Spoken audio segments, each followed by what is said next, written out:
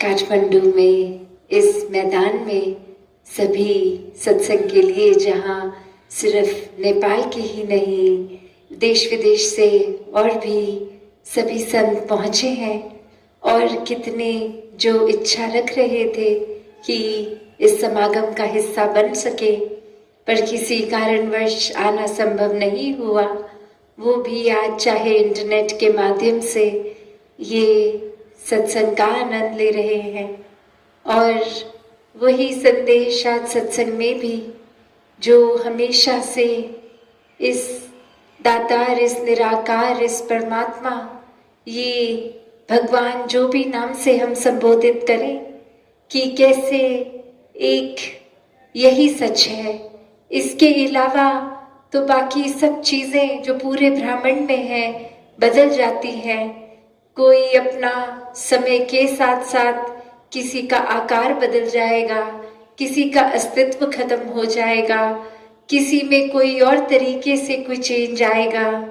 तो सिर्फ और सिर्फ जो हर समय कायम दायम है वो यही परमात्मा, ये निराकार। और इसी निराकार से जुड़ने के लिए ये भक्तों ने आज भी संदेश दिया, और यही संदेश युगों युगों से एक भक्तों ने दिया। किसी भी धर्म ग्रंथ को उठा के देखें, सभी में बात इसी परमात्मा की है कि कैसे एक इंसान का जो मूल एक स्वभाव है वो यही निराकार है। जैसे उदाहरण के तौर पे जब कोई बच्चा पैदा होता है तो उसको कोई ओरिएंटेशन उस तरह नहीं होती, आसपास के वातावरण की कुछ समझ नहीं होती, कोई विचार धारणा नहीं होती, पर धीरे धीरे ये एक समाज से, स्कूल से इत्यादि जिसके संपर्क में आता है वो कोई ना कोई एक विचार धारणा बन जाती है। जैसे पहले अगर कोई हम एग्जाम्पल देखें तो एक ट्रांसपेरेंट अगर ग्लास है कांच का और उसके तो आर पार साफ दिख रहा है, पर वहीं किसी ने कोई पहले एक रंग का कपड़ा बांध दिया, फिर दूसरे, फिर तीसरे, और अंत में इतने सारे उस पे कपड़े बांध दिए गए कि उसका असली मूल ये ट्रांसपेरेंसी, ये आर पार दिखता था जैसे पहले, वो खत्म हो गया और अनेकों रंग चढ़ गए। तो ये संसारिक रंग कि कैसे ये परमात्मा जो हर जगह है, ये हर किसी में है, ऐसा ही मूल एक उस बालक के अंदर भी ये असली रूप उसका, और कैसे फिर एक सोच विचार से, एक सोसाइटल कंडीशनिंग से, ये तरह तरह के रंगों के असर पे ये एक कोई रीति रिवाज में, एक कोई जाति पाति में, एक कोई किसी तरह के अपने एक सोच को बना लेता है और वही अपने सही और गलत बना लेता है। और ऐसे अनेकों हर किसी के एक ही देखने में आता है। और ये सारे बंधन, ये सारे रंग फिर सिर्फ ब्रह्म ज्ञान द्वारा ये बंधनों से मुक्त हो जाती है। वही ये आत्मा है, इस परमात्मा का मूल। और कैसे ये संसार में शरीरों में है, हर किसी के ये आत्मा इस परमात्मा की ही अंश, जो एक दैवीय है, एक बहुत ही इस इंसानी जन्म में ये जो पोटेंशियल है हर आत्मा का, ये परमात्मा बनने का, तो इसको कैसे हम दुनियावी रंगों में रंग देते हैं, कैसे फिर ये अपने मूल स्वभाव से बिल्कुल ही अलग हो जाती है। ये सांसारिक चीजें जो क्षण भंगुर हैं उनको हकीकत मांग लेती है।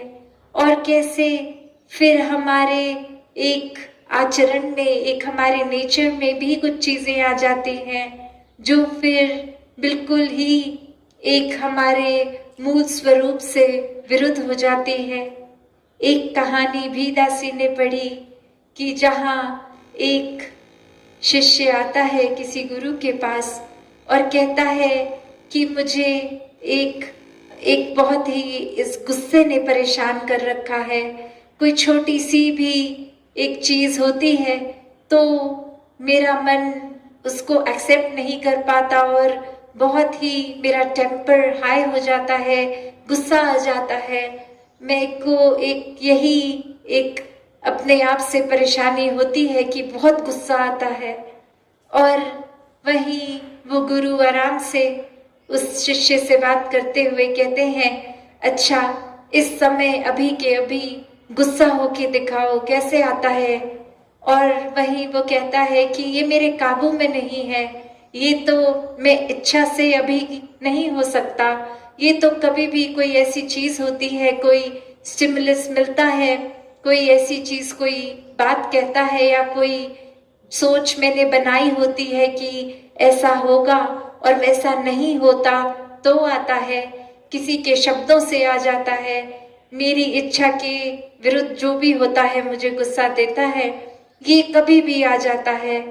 तो फिर से एक बार वो गुरु कहते हैं, ठीक है तो अभी होकर दिखाओ, मुझे गुस्सा होकर दिखाओ। और आगे से वो गुस्सा तो क्या, वो एक मुस्कुराहट ही आ गई कि ऐसे तो नहीं हो पाएगा। और वही वो गुरु बात समझाते हैं कि जो भी चीज आपका मूल स्वभाव नहीं है वो आप असली में नहीं हो। तो आप अगर बार बार इस चीज में जाने की बजाय कि ये चीज तंग करती है, ये गुस्सा इस समय आपने बताया, तो उसको जीवन से हटाना है अगर, तो सबसे आसान तरीका कि अपने मूल स्वभाव को ही पकड़ो जो आप नेचुरली हो। और हर कोई नेचुरली, ये शरीर नहीं है, ये स्वभाव नहीं है, ये शरीर तो कुछ सालों की यात्रा तय करने के लिए इस आत्मा को मिला है। तो मूल जो ये आत्मा है, ये जब सारे बंधनों से कट जाती है, ये संसार में रहते हुए इस संसार से अलग हो जाती है कि ये सामान, ये रिश्ते नाते, ये सब है, इसका उपयोग करना है, सदुपयोग करना है, हर किसी को प्यार भी करना है, पर ये सांसारिक बंधनों में नहीं फंस जाना कि ये असली में जो एक परमात्मा रूप है आत्मा, उसको फिर ये समझ रहे कि हम जीते जी मुक्त हैं, ये बंधनों में फंसे नहीं। के लिए ये मन को एक अर्पित करना है समाज के प्रति, एक संसार के प्रति समर्पित मन से सेवा करनी है। ये कोई कारण फिर ऐसा नहीं कहते संत कभी भी कि घर परिवार अपनी जिम्मेवारियों से नाता तोड़ दो और कहीं ऐसी जगह भक्ति करो जहां समाज पे बोझ बनोगे। नहीं, भक्तों ने तो गृहस्थ में रह के, अपने घर में रह के, समाज में रह के भक्ति करनी सिखाई है। उसी तरह जैसे एक कमल के फूल की पंखुड़ी जो होती है, जो एक लीफ होती है, पत्ता, वो एक पानी में जीवन अपना जीता है, पानी में समाप्त होता है उसका जीवन। फिर भी अगर वो जब सरफेस पे जब आ जाता है एक ऊपर उस कीचड़ के, तो एक अगर बारिश पड़े भी या कोई बूंद पानी की, तो वो कैसे वाटरप्रूफ हो जाता है कि वो बूंद बूंद की तरह रहती है, उसमें समाती नहीं है और वो फिर झड़ भी जाती है। तो कैसे एक उस पानी में चाहे जन्म लिया फिर भी वो असर पानी का नहीं लिया, उसी तरह हमने इस संसार में जन्म तो लिया है, पर ये संसार का असर इतना गहरा ना बनाए। हमेशा परमात्मा का ही प्रभाव अपने मन में गहरा होने दे कि कैसे हर चीज, हर एक में ये परमात्मा ही है। किसी को ये नफरत करने का इस तरह वजह ना बनाए, कोई कारण अपने मन में अपनी विचारधारणा से ना बनाए हैं। सभी बहुत अच्छे हैं, सभी इस परमात्मा का अंश हैं, सभी श्रेष्ठ हैं। तो ऐसा प्यार ही भक्तों ने करना सिखाया है कि जब पूरी सृष्टि में कण कण में इस परमात्मा के दर्शन कर दे तो कैसे फिर हर जगह ही ये नजर आएगा। पास कर पाते हैं नजदीक होके, तो फिर ये परमात्मा में जीते जी एक में खो जाते हैं।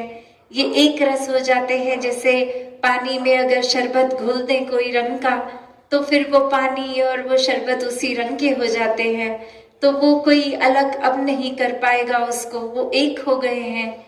तो वही बात कि फिर ये भक्त और भगवान एकमिक हो जाना, ये आत्मा का परमात्मा से जीते जी भी मिलन है, और श्वासें खत्म होने पर भी ये मोक्ष और मुक्ति की हकदार आत्मा जीते जी जब ब्रह्म ज्ञान लेकर इस परमात्मा को जान लेती है, इस परमात्मा के एहसास में हर पल जीती है, अपने जीवन को भी फिर मानवीय गुणों से इंसान युक्त कर लेता है कि जब हर पल ही ये परमात्मा का एहसास है, तो कोई भी एक अपशब्द नहीं बोले जाएंगे, आचरण भी प्यारा रहेगा।